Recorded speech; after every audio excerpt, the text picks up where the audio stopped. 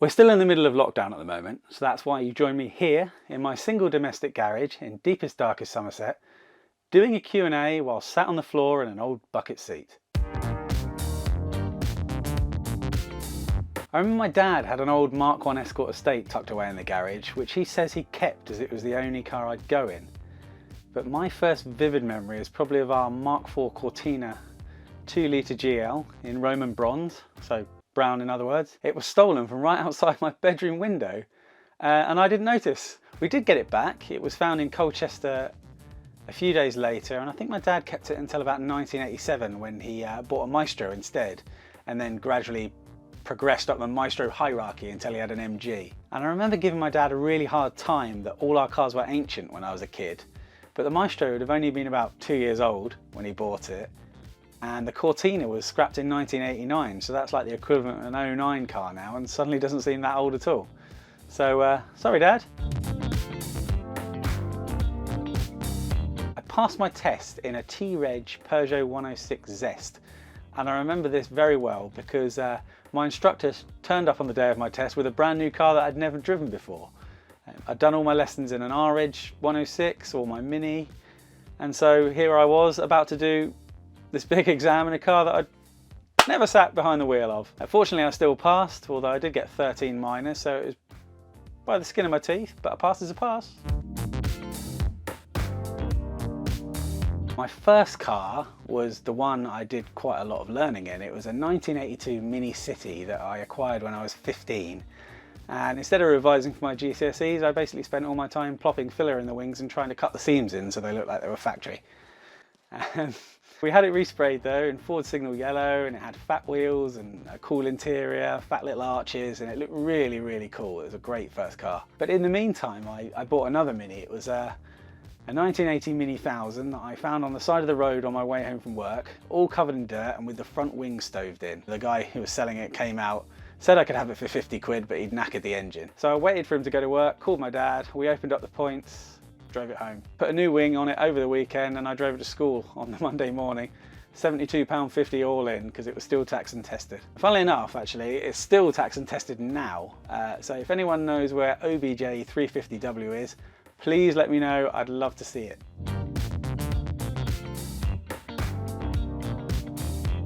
There was a certain inevitability I'd end up in car journalism. I'd read car mags from cover to cover when I was a kid, and actually had my first letter published in one in 1990. It took me another 15 or 16 odd years to get in the industry. I was fitting car stereos and writing for local papers. But then I joined Mini Magazine on work experience, and then in 2011, I think it was, I became the editor. When Kelsey took over in 2014, that was my first spell at Kelsey. I left for a little while in 2017 to go play with MGs, but then I came back as the news and markets editor on Classic Car Buyer. It's been really good fun so far. We've had some great adventures, and it's probably given me a better overview of the classic car scene than any job I've ever had before, so I'm really enjoying it. I've been very lucky being in this industry, as there's been so many great opportunities for adventures, whether it's been through work or off my own back. There's been the 3 occasions where I've been over to mainland Europe and bought a car, a Fiat 126 from Poland, an Innocenti Mini from Italy, and then another Mini from Milan 2016, which we gave away as a raffle prize at Mini in the Park. And last October, I was lucky enough to go on the E-Type Club's Ultimate Italian Job Tour in this very car, adorned with some big spotlights and the leather bonnet straps, and that was one of the best road trips I've ever been on.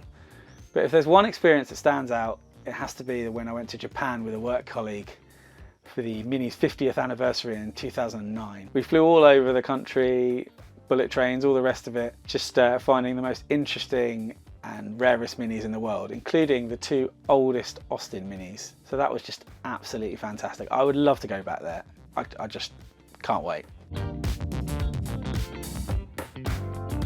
Short answer to that is all of them. I hate selling cars, which is why I've got so many. I regret selling my Seat Ibiza GTI, which everyone ridiculed because it was bright yellow, but for some reason I really liked. I regret selling my minivan, Rover Mini Cooper with the John Cooper Garage S-Pack. But the one that probably stands out was one of the more humbler cars, a 1989 Mini City in beige, which I bought from a lady called Brenda in Birmingham, and then I named the car Brenda to as a kind of tribute. I promised her I'd take it to Hungary for the international mini meeting, so that's what I did, and then sent her photos. And we also went all the way around the Balkans with it, Serbia, Bosnia, all the way up the Croatian coast, and it even survived an enormous hailstorm in Austria where there were basically boulders falling out of the sky. Even with some shallow dents on, I managed to find someone to buy it, but I wish I hadn't. I wish I'd kept it. I'd have to have a Mini, and it really should be this one because I've had it now for over 15 years and we've been to about 25 countries together and all that sort of thing, and it's been restored twice. I always wanted an early 1275 GT. I've actually got 2 as projects, and I'm hoping 1 will be finished this year, so that would definitely have to be in. Have to have a Ford because I grew up with Fords, and weirdly, like, yeah, everyone has their Ferraris and Lamborghinis as a dream car, but I always like the cars that I could probably never quite afford when I was younger but really wanted. For some reason that's a Fiesta Mark III 1.6S.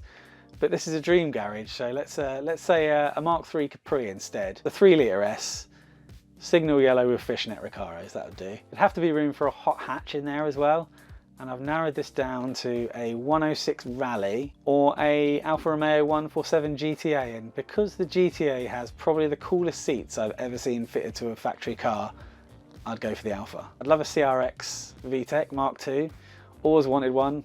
Probably missed the boat on it now, but this is a dream garage, so I'll take one of those.